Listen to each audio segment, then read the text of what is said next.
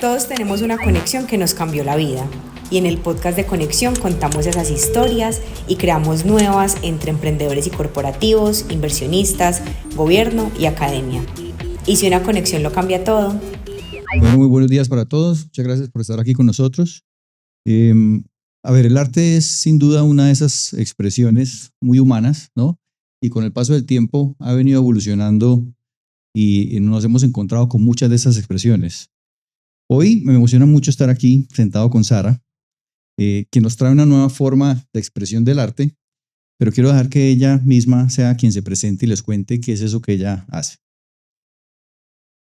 Hola, yo soy Sara Montoya, yo soy artista digital. Pues básicamente creo que exploro mucho para llegar al mensaje que quiero dar. O sea, creo que ahorita que hay tantas herramientas, creo que lo más importante es como tener un mensaje claro, buscar un lenguaje y de ahí en adelante como buscar las herramientas para desarrollar. Entonces mi obra que se llama DataStream, que es como una visualización de diferentes ítems que hablan sobre la repercusión de la tecnología en el humano, eh, es como un galimatías, por así decirlo, porque básicamente es una exploración de muchas herramientas, 3D, edición de video, generación con inteligencia artificial, visualización con Touch Designer, para llegar a ese punto donde ya la herramienta se vuelve como un todo. Entonces, la inteligencia artificial y todas estas herramientas para mí han sido muy importantes, tanto en la búsqueda conceptual y en la parte filosófica, también como en la parte técnica y el desarrollo como tal. Genial. Bueno, y entonces yo me quiero volver como un montón de años hacia atrás en la vida de Sara, ¿no? Y cuando estabas pequeña, ¿cómo nació todo este tema del arte? A ver, yo me imagino que todos los que son artistas cuando empezaron con su arte tenían cierta destreza para dibujar, para hacer esculturas, para lo que sea. ¿Tú por dónde arrancaste? Bueno, la verdad, lo tengo muy claro porque es algo que amo y es que desde muy pequeña me obsesioné con un cuadro en una cafetería de Escher, que es mi artista favorito. Entonces, como que yo siempre quería ir a ese lugar y ni siquiera era por nada, quería ir a ver ese cuadro. Entonces, como que yo decía, ¿cómo mierdas dibujo eso? Las líneas, no entiendo nada, pero es maravilloso. Y creo que eso para mí fue como la revelación de, madre, me encanta el arte, me encanta pues eso que sientes cuando ves ese tipo de obras. Y ahí empezó pues como todo, ya básicamente toda mi vida me encantó dibujar, me encantó como la fotografía, como la exploración de la comunicación no verbal, por así decirlo, y poco a poco pues como que fui consolidando esos lenguajes. Canta. Bueno, y entonces, bueno, hay un ejemplo que yo soy un man de marketing, ¿no? Y yo siempre con mis equipos creativos de las agencias utilizo mucho este ejemplo. Y es que yo les digo que no hay nadie más creativo que un pintor que tiene un lienzo en blanco en donde puede hacer con él lo que se le dé la gana. Pero típicamente todos los pintores se enmarcan en una línea de trabajo. Vamos, un ejemplo, Botero, Las Gordas, ¿no? Picasso, el cubismo y así cada quien va desarrollando. ¿Cuál es ese, digamos, estilo de arte que tú desarrollas? La verdad, a mí eso me ha costado mucho porque la verdad yo también soy dibujante y me encanta dibujar y claro, pues el arte con tecnología es el otro extremo. Entonces sí me ha costado como un poquito quedarme quieta y yo creo que justamente ahí es que encontré el estilo y es ese mismo galimatías o ese misma mezcolanza, por así decirlo, de que ya, o sea, más que una técnica, es más como esas preguntas o esos mensajes que quiero decir y buscar las herramientas que siento idóneas, porque realmente siento que uno ya llega a un punto que puede mezclar, por ejemplo, lo que sabes de fotografía te sirve perfectamente para generar algo en 3D o con inteligencia artificial, en el sentido de la iluminación, las ópticas y demás.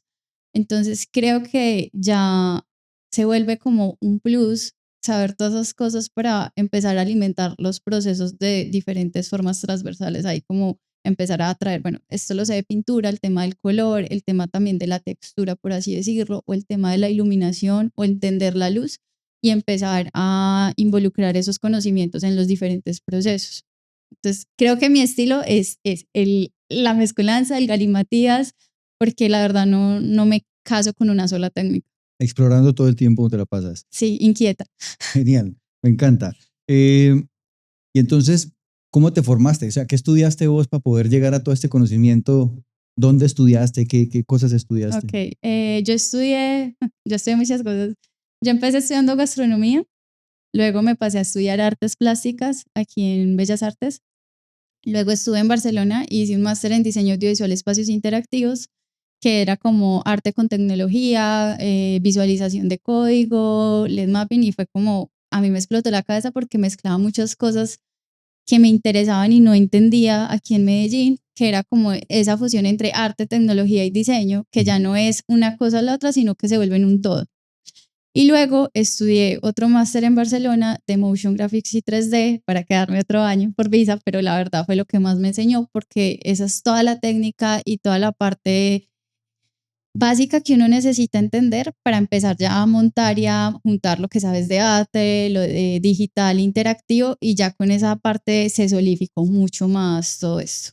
Va, o sea que digamos que venías estudiando toda cómo integrar la parte tecnológica, digamos, de alguna forma al arte, y hace algunos años se abre la inteligencia artificial a más acceso a más personas, ¿no?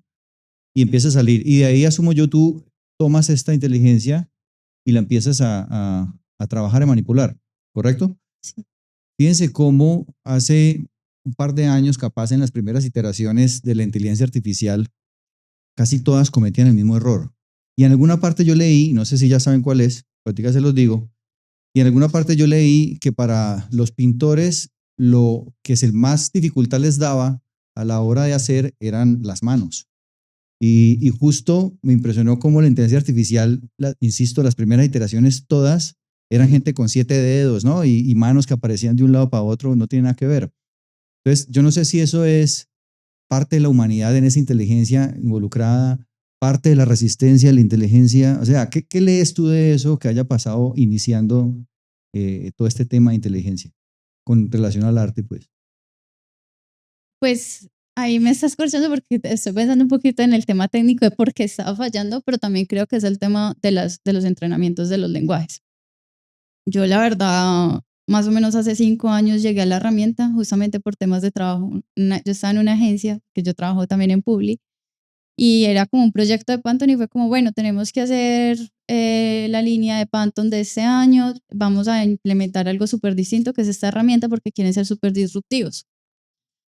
En ese momento era como, wow, ¿qué es esta vaina tan loca?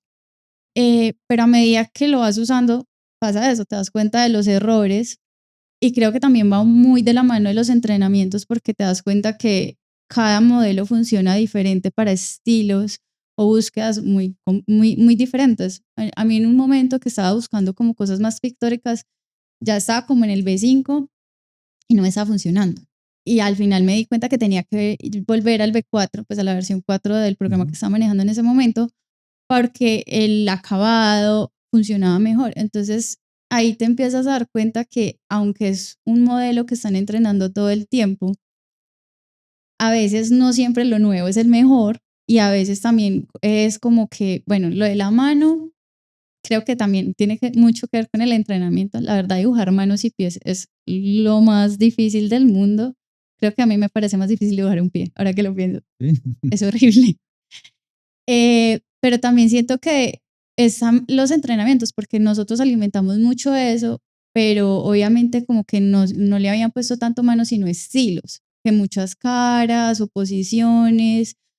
Pasaba mucho que habían modelos muy entrenados con el tema de Pixar o 3D o animación, pero claro, habían cosas más puntuales. Yo intentaba mucho, por ejemplo, hacer algo más pictórico. En algún momento intenté hacer un abrazo y eso fue lo más complicado que he hecho porque no daba, hacía cosas muy raras. Uh-huh. Y como que ciertas poses que son más cinematográficas o más artísticas, que vienen siendo más expresivas, es mucho más complejo. Ya eso creo que se mejoró ya con los modelos de que ya uno puede poner como el input de la imagen y hágame esto en este estilo y todo eso, pero siento que es más desde el mismo entrenamiento y que es una herramienta muy nueva. O sea, tenemos que 5 o 6 años con la herramienta.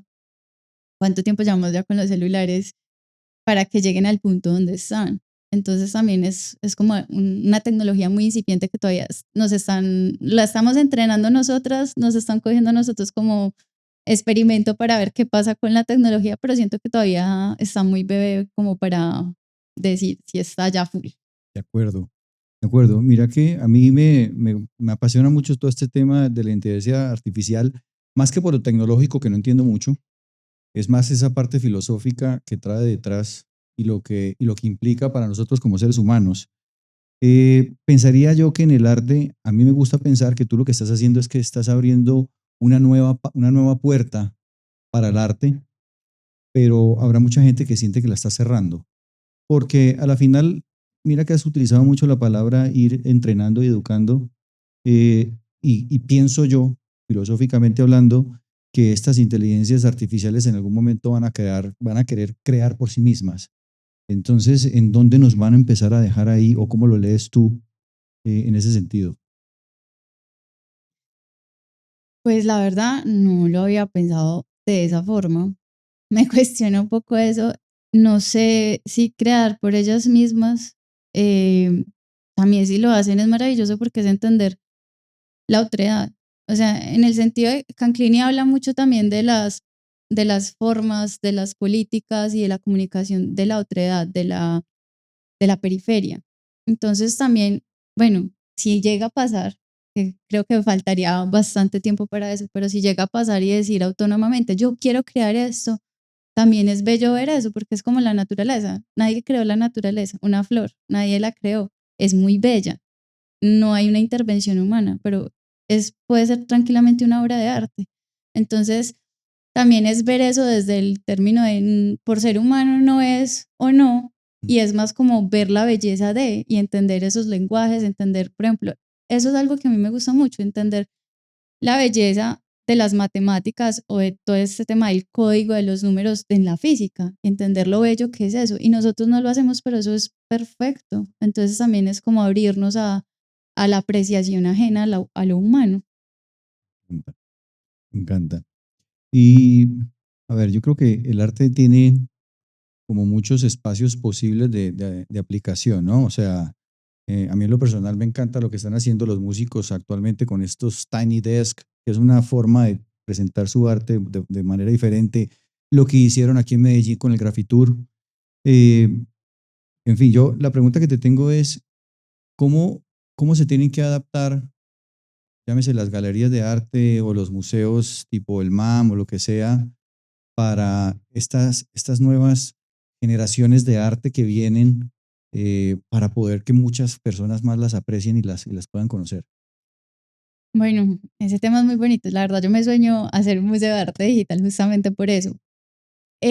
Ahorita se habla mucho del cubo blanco y que ya es obsoleto. Y yo creo que este tipo de obras hablan mucho de eso porque ya no es una obra estática con una iluminación pulida, sino que son obras que se transforman, que dependiendo de si una persona llega, toca, hace un input, se mueve o no, empieza a generar algo. Entonces también habla de las nuevas formas de ver el arte, donde la persona interactúa, interviene, pues, enciende, entonces empieza a haber otras dinámicas, que es muy importante también porque el contexto en el que estamos es un contexto muy sobreestimulado.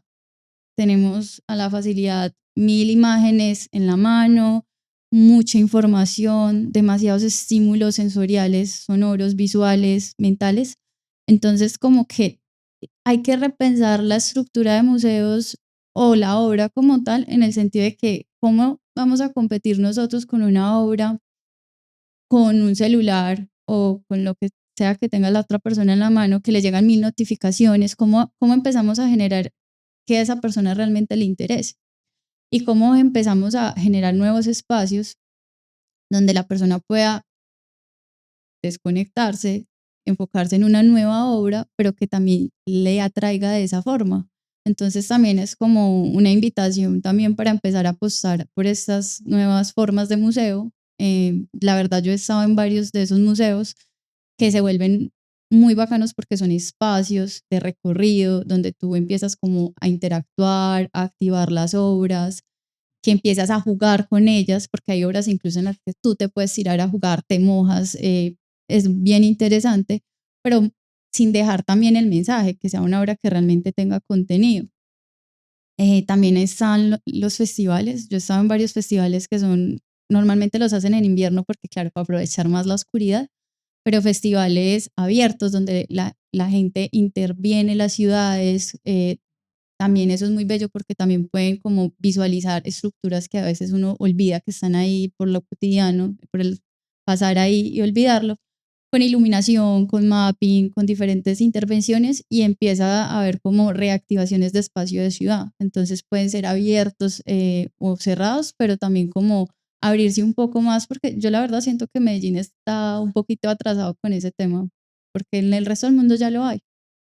Dices atrasado con ese tema, Medellín con respecto a el resto del mundo, pero yo siento que Colombia bastante bien, ¿eh? O también incluso sientes que hay otras ciudades de Colombia donde están un poco más abiertos, digamos, a estas experiencias más inmersivas en ese sentido. Pues yo siento que, de hecho en estos días lo estábamos hablando, Medellín tiene una apuesta muy grande por la tecnología y la innovación. Pero siento que a nivel artístico todavía no hay como ese movimiento que hay en otras ciudades como festivales de luces, que son Mm. 4 días enteros con eso, o museos de arte digital, que son un museo entero lleno de intervenciones de esos, donde las personas pueden entrar. Y este tipo de espacios no los he visto en Colombia. De hecho, esto me parece muy interesante porque es una apuesta muy grande a algo que no hay aún en nuestro espacio.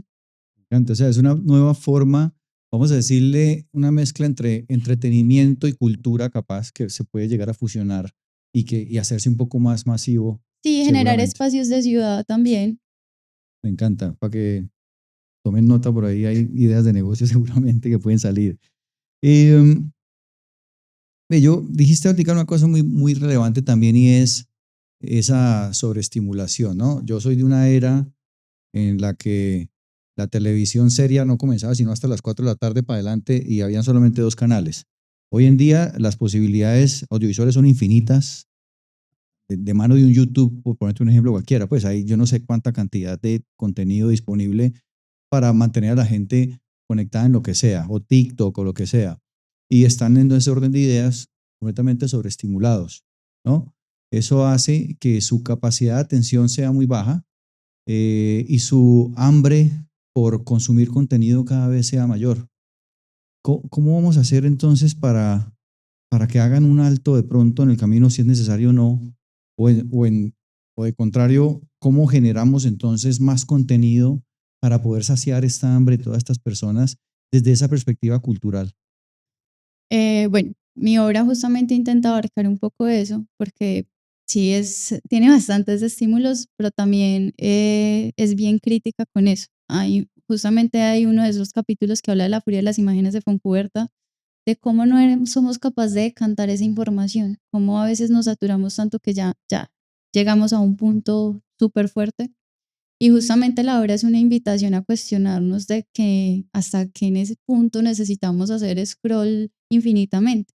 Casualmente Colombia es uno de los países que más consume redes sociales al Mm. día, que me pareció muy loco. El promedio son 4.5 horas, que es mucho para no hacer nada. Mientras estás despierto, porque 4.5 horas del tiempo que vives despierto es el 30-40% de tu, Exacto. un montón. Y haciendo scroll. O sea, porque listo, a veces nos decimos a nosotros mismos, no, es que yo trabajo con redes sociales, pero ¿cuánto tiempo usas realmente trabajando y cuánto tiempo usas investigando, que también está bien, viendo referentes o realmente haciendo nada?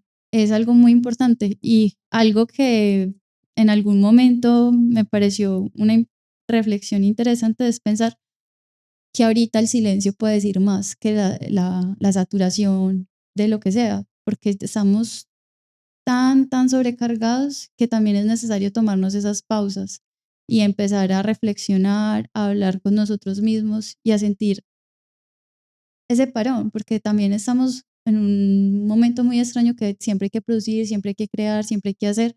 También vale la pena descansar, parar, pensar o no hacer nada, ver las florecitas, las hormiguitas en el piso y ya, no pasa nada. De acuerdo, de acuerdo. Ayer alguien me enviaba un mensaje que decía algo así como que el lujo se está replanteando, ¿no? El lujo antes era capaz un celular de estos, de yo no sé cuántos millones de pesos. eh, Ahora no, de pronto el lujo es que tú estés en la capacidad de sentarte a leerte un libro análogo y que de verdad tengas la suficiente retentiva para quedarte ahí leyéndolo y estés en esa capacidad. Creo que hacia allá va ese comentario tuyo. Eh, Volviendo otra vez al tema del arte que estás ofreciendo, ¿dónde te gustaría verlo aplicado? O sea, hay muchas formas de aplicar el arte. Hay gente que lo lleva puesto en la ropa, en la moda, pues en el entretenimiento, como lo que estamos viendo ahora. Wow, esas pantallas se veían con tu arte espectacular. Eh, ¿A dónde te gustaría verlo? De pronto en la casa de alguien. Em, Uy, qué gran pregunta, ¿por qué no me la he hecho? Bueno, pues yo siento que lo que tú dices, el arte hoy en día puede estar en todo. Lo digo porque yo trabajo en publicidad y pues yo siento que todo se alimenta. O sea, a mí la publicidad me ha enseñado mucho, sobre todo a ser eficiente de tiempos, porque uno como artista no sabe qué es eso. O sea, a uno solo le enseñan a volar con la filosofía y uno le hace falta mucho el pragmatismo. En algún momento yo estaba representada por una galería y en algún momento lo hablamos para ir a Arbo y ese tipo de cosas, de el tema de cómo pasamos algo digital a algo vendible o de galería, que empiezan a entrar el tema de los materiales nobles, que no sea algo de reproducción, Ujú. sino otro tipo de materiales. Ahí yo he experimentado mucho con el tema del Cromalux, que es como lo que yo más trabajo, que son unas impresiones como de este tamaño, en 2, 3 metros, sobre acero inoxidable, que pues genera un brillo más lindo que la pantalla, entonces pues ya imaginarás cómo se ven las visuales ahí. Eso también lo he trabajado y el año pasado creo que estuvimos exponiendo con ese tipo de espacios. Pero ahorita pues me gustaría, como lo que te digo de lo del museo, pues es algo, es un proyecto que tengo ahí hace 1000 años, pero sí me gustaría más que mi arte, generar espacios donde otras personas puedan aprender y experimentar este tipo de herramientas, porque sé que hay muchas personas curiosas por eso y que les interesa y que quieren explorar y todo esto, entonces sí me gustaría replicarlo y creo que por eso me encanta este espacio, porque es también abrir caminos para muchas personas que también en algún momento sintieron esa curiosidad y, y que entren y empiecen a meterse en este mundo. Es que me encanta esa forma tuya de ser, como de entregarle al mundo lo que tú das y enseñar incluso. O sea, cualquier otra persona lo puede ver como: yo para qué le voy a enseñar la competencia, y me lo quedo yo. No, tú tienes todo ese ánimo de compartir eso que estás haciendo. Te felicito y te insisto, me encanta lo que haces.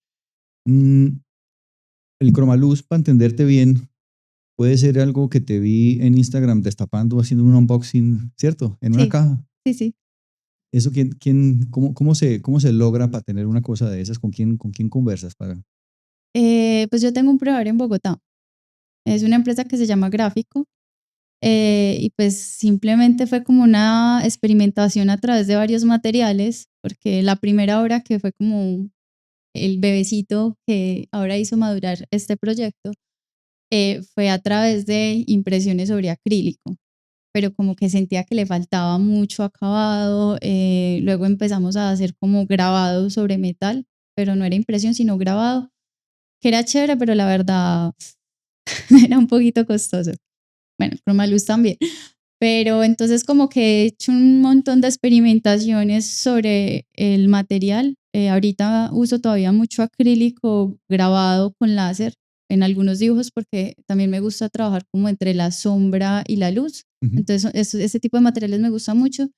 Y llegué al Cromalux porque en algún momento como que vi una cosa como impresa con un brillo impresionante y se me quedó y la verdad ha sido muy teso, porque sí he buscado muchos proveedores de eso, porque ha sido difícil por la calidad del color, todo, pero ya ha sido un proceso muy bonito también para aprender sobre cómo materializar algo digital y cómo volverlo un cuadro, un mural o algo más grande Y tangible, de alguna manera. y tangible. Genial. El otro día leía por ahí una historia acerca del, ¿sabes qué es el Voyager, no? Es esta, a decirle, nave espacial que mandaron los humanos a que recorriera el infinito. Y sigue andando y va yo no sé cuántos kilómetros por segundo, y cada vez más se va alejando de la Tierra. Y tú que eres también, que has trabajado en publicidad, en ese Voyager hicieron, yo creo que uno de los briefs más bonitos para una agencia, y era cómo hacemos para expresarle la humanidad y el significado de la humanidad a seres que ni siquiera conocemos ni entendemos y que no tienen ni idea de quiénes somos nosotros. Y a partir de esa pregunta fue que entraron a alimentar con ciertas cosas el Voyager para que el que sea que se lo encuentre, ahora creo que es un disco de oro, una cosa así, que tiene un montón de imágenes y cosas ahí contenidas. Creo que en este Voyager 2, cuando lo lancen, van a llamar a personas como tú para que incluyan cosas ahí. ¿Qué te gustaría incluir? Porque vi muchas cosas de naturaleza, pero es una naturaleza muy bien especial, ¿ah? O sea, es una naturaleza Intervenida. ajá, intervenida. Hay seres humanos también, pero también de vuelta intervenidos. ¿Qué incluirías tú para poder expresar esa humanidad nuestra? Y algo paradójico, porque viene creado desde una inteligencia artificial, pero para expresar humanidad.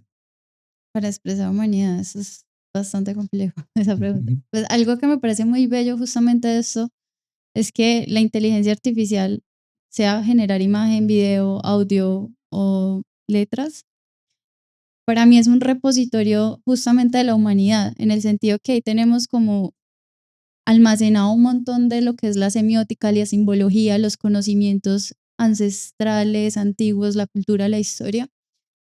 Claro, porque es un buscador re eficiente que ya está realimentado de todo eso. Entonces, claro, tú me dices, ¿qué sería la humanidad? Pues tendría que ser un procesador muy potente para meter todo eso en algo chiquito para poderlo empacar.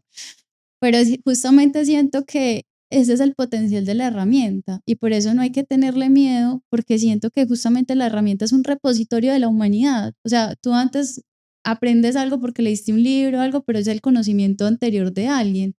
Aquí ya hay un lugar donde buscar todo ese conocimiento y usarlo en beneficio de nosotros para aprender más, incluso derivar, que también es muy chévere derivar y entender cosas nuevas o preguntar cosas que te dan curiosidad que no sabías. Y es esa, para mí la humanidad y una de las cosas más bellas es, primero, la sed de conocimiento y esa investigación constante a lo largo de la historia.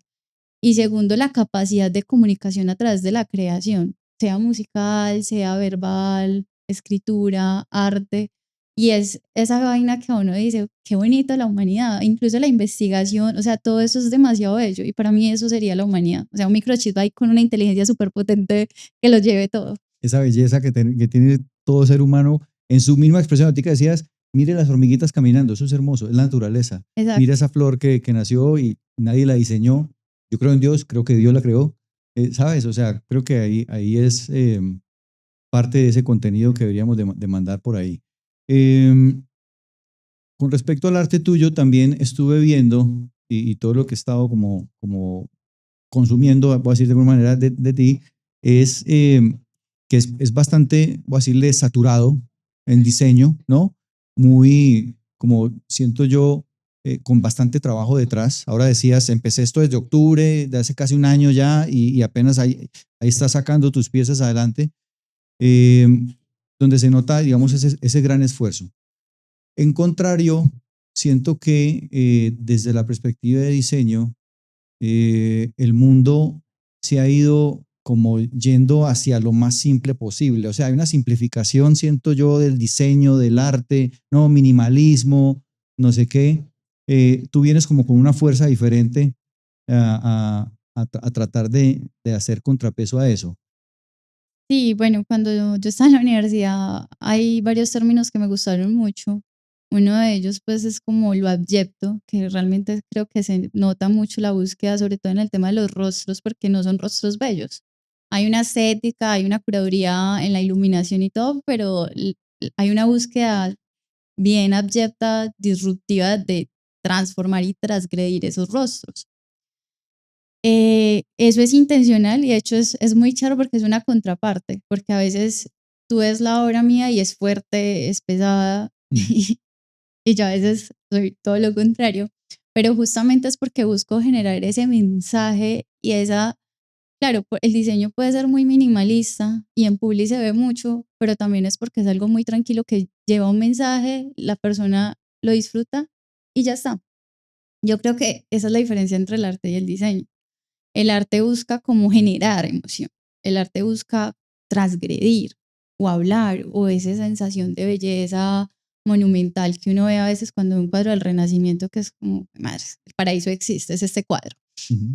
Entonces, claro, el arte busca como llevar un poco más al límite esas emociones, y yo siento que ahí está la importancia de empezar a buscar no generar algo que comunique, sino que algo que sientas.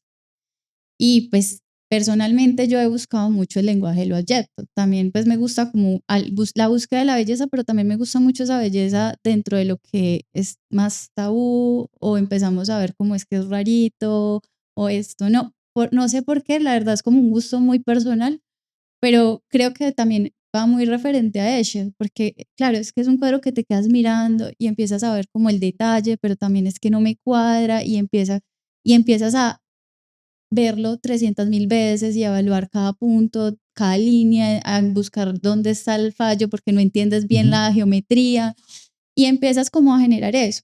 Yo creo que de ahí es esa búsqueda por esa estética, porque como que ya es buscar emociones, que la persona empiece como a preguntarse que esto por qué es así. Entonces, claro, busco ir un poquito más allá de simplemente comunicar, sino ya buscar el sentir. Me encanta.